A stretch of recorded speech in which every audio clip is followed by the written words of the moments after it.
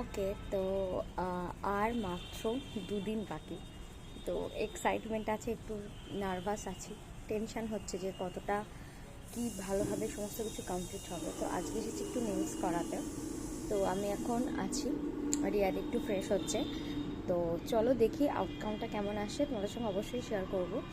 So দেখতে থাকো। আর তারপরেও যাবো এক জায়গায়, সব কিছু একটা ব্লগের মধ্যে দেবো না, পার্ট পার্ট করে দেবো অবভিয়াসলি, কারণ নাহলে অনেকটা লং হয়ে যাবে। শপিং থেকে শুরু করে দেন ডেকোরেশন হচ্ছে, সেগুলো আমরাই সব করব। তো আগে এটা করি, দেখি চলো।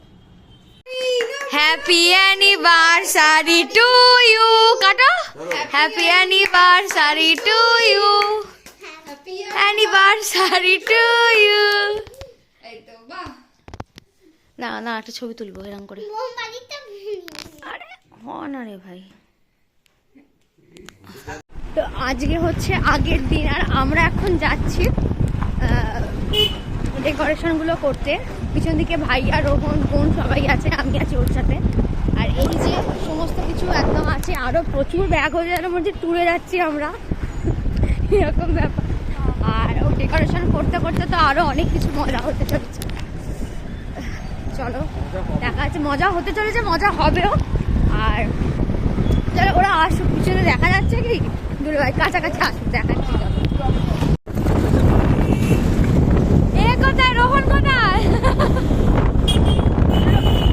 রোহন, কোথায়? তো আমাদের যা হতে চলেছে ওখানে গিয়ে। কি বলছিস? বলে তন্ময়দা বউকে পেয়ে দৌড় দিয়েছে। বউকে পেয়ে আর বাইকে স্পিড কমছে না। রোহন হাই কর। ওকে চলো আমরা এখন যাই, চলো আগে। তো ওখানে গিয়েই তো ওরা ওদের কাজ শুরু করে দিয়েছিল। এদিকে আমার বোন বলছিল আমি কি করছি, এতটাই সেদিনকে সকালের দিকটা গরম লাগছিল যে গিয়ে সোয়েটার ফেটার সব খুলে আমরা সব কাজ লেগে গেছি। আর অবভিয়াসলি থ্যাঙ্কস টু রোহন ভাইয়া, ওরা না থাকলে হয়তো তন্ময় বা আমি বলো, মেঘা বলো, মানে আমার বোন, সকলে মিলে এত সুন্দর করে কাজটা করতে পারতাম না। এটা ছিল সন্ধ্যে 6টা, তখনও কাজ চলছিল। আর আমরা চেয়েছিলাম যে আমরা নিজেরাই করি এবং নিজেরা আমরা আউটকামটা এত সুন্দর এনেছিলাম। আবারও থ্যাঙ্কস টু রোহন ভাই অ্যান্ড তন্ময়, যে ভীষণ সুন্দর ছিল। তো সেই সব করে তারপর আমরা চলে গিয়েছিলাম হচ্ছে বাড়ি। বাড়ি গিয়ে পরের দিনই পারফরমেন্সটা আমরা একটু রিহার্সাল করে নিচ্ছিলাম, তোমরা একটু শোনো। সেই কথাতে মন হারাতে মন ছুঁয়ে যায়, সেই কথাতে মন হারাতে মন ছুঁতে।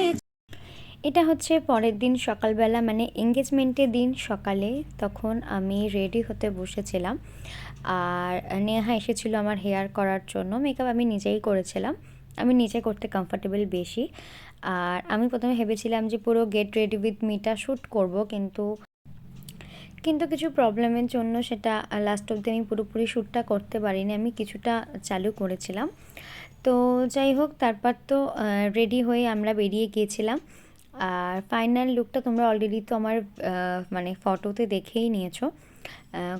খুব তাড়াতাড়ি আমি চেষ্টা করব সেদিনকার ব্লগটাও আনার। আর আমি একটু সুন্দরভাবে ভালোভাবে ব্লগটাকে মানে এডিট করতে চাইছি, যার জন্য একটু সময় নিচ্ছি। তো দেখা যাক, আশা করছি ভালো লাগবে তোমাদের।